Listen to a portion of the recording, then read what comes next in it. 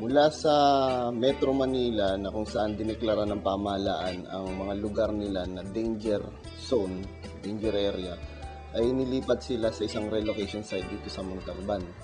Kasi nga galing kami sa isang komunidad na informal dito sa syudad, parang tiningnan namin as final destination na namin or yung komunidad na yon. Dito lahat kami, dito na kami mag-uumpisa lahat, parang bagong buhay na to para sa lahat, bagong pag-asa.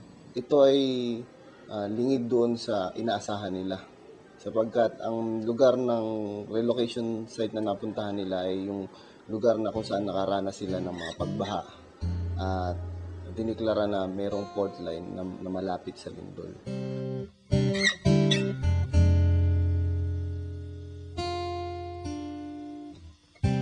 When Christian Aid offered us an opportunity to respond to the plight of urban poor communities severely affected by Katsana, we took spirituality and integrated this in the building of resilient communities.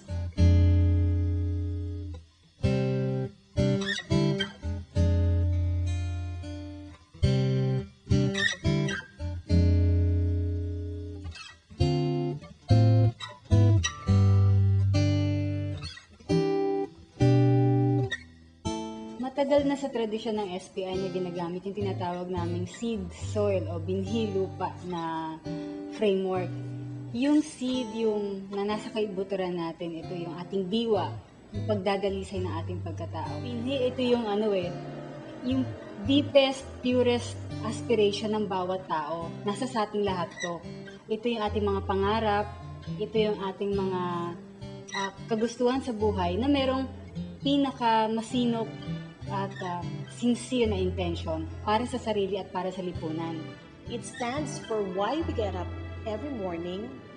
It stands for that which gives us energy to continue despite opposition or even failure. Ang lupa naman, ito yung environment, ito yung condition na sana ay mag-a-allow dun sa tao para ilabas itong ganitong binhi. It is about the forces outside and around us that exert influence on our person and communities. Bukod doon sa nakita namin yung potensyal nila na matuto at yung dedikasyon nila sa kanilang mga posisyon, naobserbahan namin na dapat itong malinang katulad ng pagbibigay ng mga leadership training seminar, ng community organizing trainings, ng pagpapatatag sa kanilang samahan sa pamamagitan ng mga team building.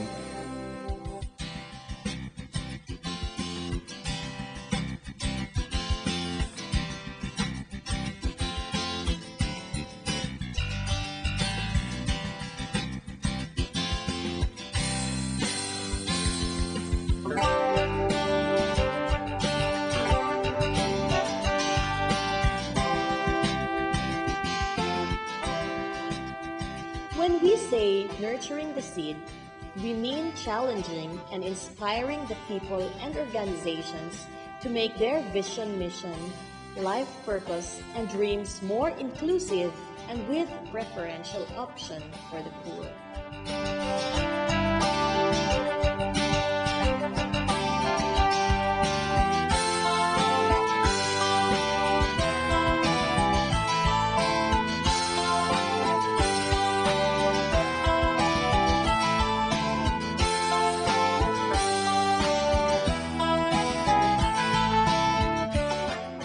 Panahon po kasi ng undoy.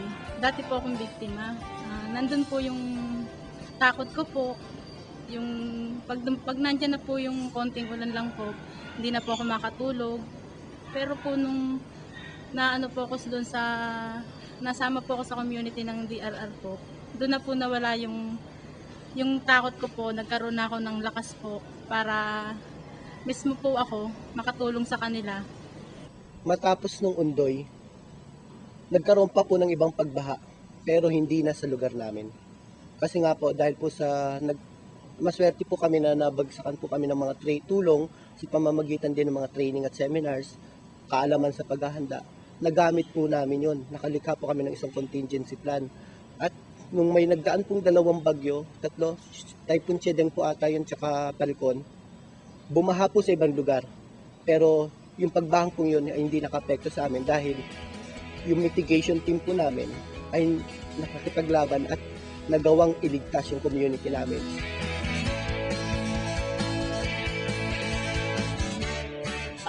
May kakayanan na po ang mga tao, kaya na po harapin lahat ng mga kalamidad o ano pang darating doon sa suburban, na paghandaan na po lahat yun.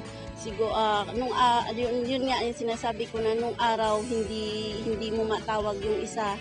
Ngayon, isang ikot na lang po ng mga kabataan o isang ikot na lang ng isang miyembro ng HOA doon o isang miyembro ng simbahan, nandyan na po lahat, nagsama-sama na po lahat. Bago kami tumapak dito sa lugar ng suburban, isa sa binabalikat nilang suliranin ay yung problema sa pag-oorganisa ng mga grupo ng mga tao. Merong suliranin sila katulad ng pagkakahiwa-hiwalay sa paniniwala sa politika at papaano may sasaayos ang ugnayan ng relasyon ng bawat grupo. Mahirap magsama-sama sa isang na mayroong mga galit sa puso. At saka sa pamamagitan nga ng pagka-attend namin lagi ng mga ganitong activities, kagaya ng SOS, parang nawala na yung mga pain na sama ng loob sa kapwa, sama ng loob sa bawat isa. Ang gusto ko mangyari kasi magkaroon kami ng unity. Ngayon po na nagkaroon ng DRR, dumating yung SPI, yung iba po sa amin naging bonded, naging friends, naging magkaibigan. Dati po, pag nagkakasalubungan, nag-aangasan, nagtataasan ng mga kilay, pero po ngayon nagbabatian na. Pagdating naman po sa tao, sabi ko nga po, nawala na po yung tinatawag nating factionalismo. Wala na yung bata ka ni ganito or bata ka ni ganyan. Mas na-identify na namin yung sarili namin bilang taga-suburban. Mas na-identify na namin ang sarili namin na kami pala ay katiwala na ng lugar na to. Na kami pala ay nagtutulungan hindi dahil may nag-utos sa amin o dahil may hinihintay kaming kapalit. Kami ay nagtutulungan na ngayon dahil alam namin, yun yung dapat pala talaga namin gawin. Yun pala yung natural sa amin. Yun yung dikta mismo ng sarili namin kung ano yung nasa loob namin. Maganda dito ay hindi siya naging activities lang, hindi lang siya project, nasimulan yung pagtatanong sa sarili. Ano ba ang role ko sa buhay? Ano ba ang role ko sa community? At ito kasi yung magsusustain ng kanilang gawain. Ito rin yung nagsusustain sa SPI para ipagpatuloy yung pagdadalisay ng individual at pagdadalisay ng mga organisasyon. Ang tubig na nagdala ng baha gaya ng Undoy ay siya kaparehong elemento lang pala ng tubig na nasa loob ng sinapupunan ng isang ina na yun, nagsusustain, nagbibigay ng nutrisyon sa bata. Gusto ko po maging yung tubig na yun. At ang isang patak po na tubig na to ay nais po na bumalik sa sisidlan na kung saan andun yung mga kapwa katubig. At yung sisidlan po na yun yung tinatawag ng komunidad.